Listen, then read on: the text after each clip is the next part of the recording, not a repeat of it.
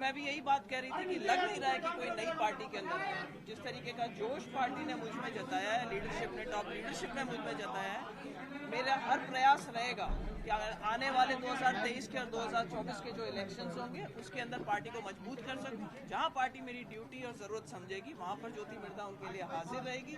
अपने सभी कार्यकर्ताओं को अपने साथ लेकर के चलने का मेरा प्रयास रहेगा और मुझे पूरी उम्मीद है कि 2023 और 2024 के चुनावों के अंदर बीजेपी राजस्थान के अंदर और हिंदुस्तान के अंदर भारी मतों के साथ में विजय होगी और आकर के सरकार बनाएगी। बीजेपी का दामन थामने के पीछे क्या वजह थी जिस कारण से आपने कांग्रेस को? देखिए, सबको पता है कि कांग्रेस से मेरा पुराना नाता रहा था।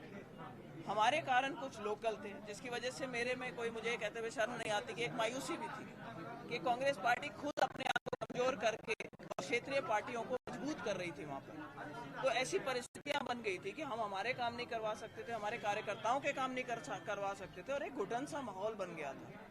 मीनवाइल बीजेपी की जो टॉप लीडरशिप थी उन्होंने मुझे अप्रोच करा, उन्होंने मुझसे कहा कि हम चाहते हैं आप बीजेपी ज्वाइन करें और मेरी उनसे सिर्फ जो सब कहते हैं कि भाई आपकी उनसे क्या बातचीत हुई, क्या आपके शर्तें रखी गई। मैंने कहा साहब मेरी कोई शर्त नहीं है, मेरी सिर्फ एक शर्त है कि मुझे काम करने का, मेरा पॉइंट प्रूव करने का मौका दिया जाए। ईमानदारी से अगर पार्टी मुझे आगे रखती है, काम करने का मौका देती है तो मैं तो सिर्फ एक जिसको कहते हैं कि दिल से काम करना चाहते हैं। कल हनुमान बेनीवाल जी ये कह रहे थे कि आपके परिवार पर दबाव बनाया गया, ईडी भेजी गई हाँ, ससुराल पक्ष पर, क्या बहुत अच्छा किया कि आपने सवाल किया। आप नहीं करते तो मैं आपसे करने के लिए रिक्वेस्ट करती इस सवाल की, क्योंकि हनुमान जी के पास में और कुछ नहीं है बोलने के लिए। आपको मैं रिकॉर्ड स्ट्रेट करना चाहती हूँ, यहाँ पे बहुत से मीडिया के लोग हैं, मुझ पे, मेरे हस्बैंड पे, मेरे फादर इन लॉ, मेरे मदर इन लॉ, हमारे पे कभी कोई कार्रवाई ईडी की, सीबीआई की, किसी चार्जशीट में, किसी एफआईआर के अंदर कभी नाम आना हो, ऐसा कोई मुद्दा नहीं हुआ। मेरे ब्रदर इन लॉ जो कि इंडिया बुल्स के अंदर थे, उन्होंने जो भी एग्जीक्यूटिव पोजीशंस थी वो सारी की सारी 2022 तक अलग अलग कंपनियों के अंदर छोड़ चुके थे। आज की तारीख में 2022 के बाद से मेरे किसी परिवार के सदस्य के ऊपर कोई ईडी, सीबीआई या किसी प्रकार की कोई जांच लंबित नहीं है, कोई एफआईआर नहीं रखी हुई है।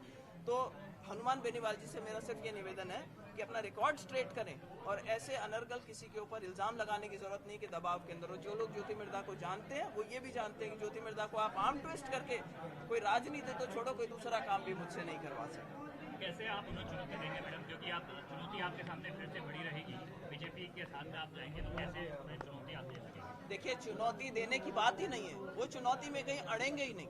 उन्होंने खुद अपने इंटरव्यूज के अंदर बाद में ये बात बोली कि साहब आपने बीजेपी का दामन क्यों थामा था। तो उन्होंने इंटरव्यू में बोला कि एक परिवार से मेरी राजनीतिक रंजिश थी और उसको हराने के लिए मुझे कुछ एक्स्ट्रा वोटों की जरूरत थी। इसका मतलब ये है कि पहली बात उनके पास पूरे वोट नहीं है, तो उन्होंने बीजेपी का दामन थामा था सिर्फ मुझे हराने के लिए। आज बीजेपी से उनका गठबंधन टूट चुका है।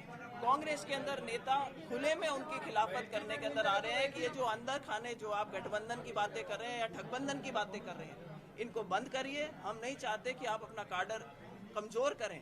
तो बड़े बड़े नेता कांग्रेस के, चाहे वो हमारे सचिन पायलट जी हों, चाहे वो हरीश चौधरी जी हों, चाहे दिव्या मदेरणा जी हों, सारे ओपन में आकर के और कांग्रेस के अंदर भी यही कह रहे हैं कि गठबंधन मत करो।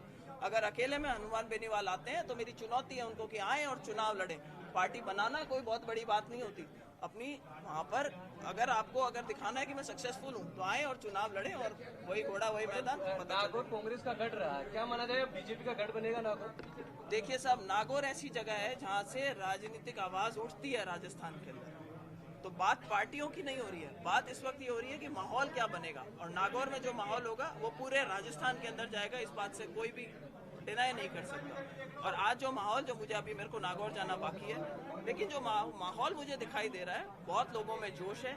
यात्रा है, कल परसों के अंदर जैसा पार्टी आदेश करेगी यात्रा के अंदर सम्मिलित होना है। वरना खरनाल हम हर बार जाते हैं, कोई भी नई शुरुआत करते हैं, जब परिवार हमारा रहा है तो खरनाल जाएंगे, नागौर जाएंगे। लोगों के साथ जो जोश होगा वो आप लोगों तक भी पहुंचेगा। टिकट को लेकर के आप आश्वस्त हैं, टिकट को लेकर के कि पार्टी में आने के साथ ही?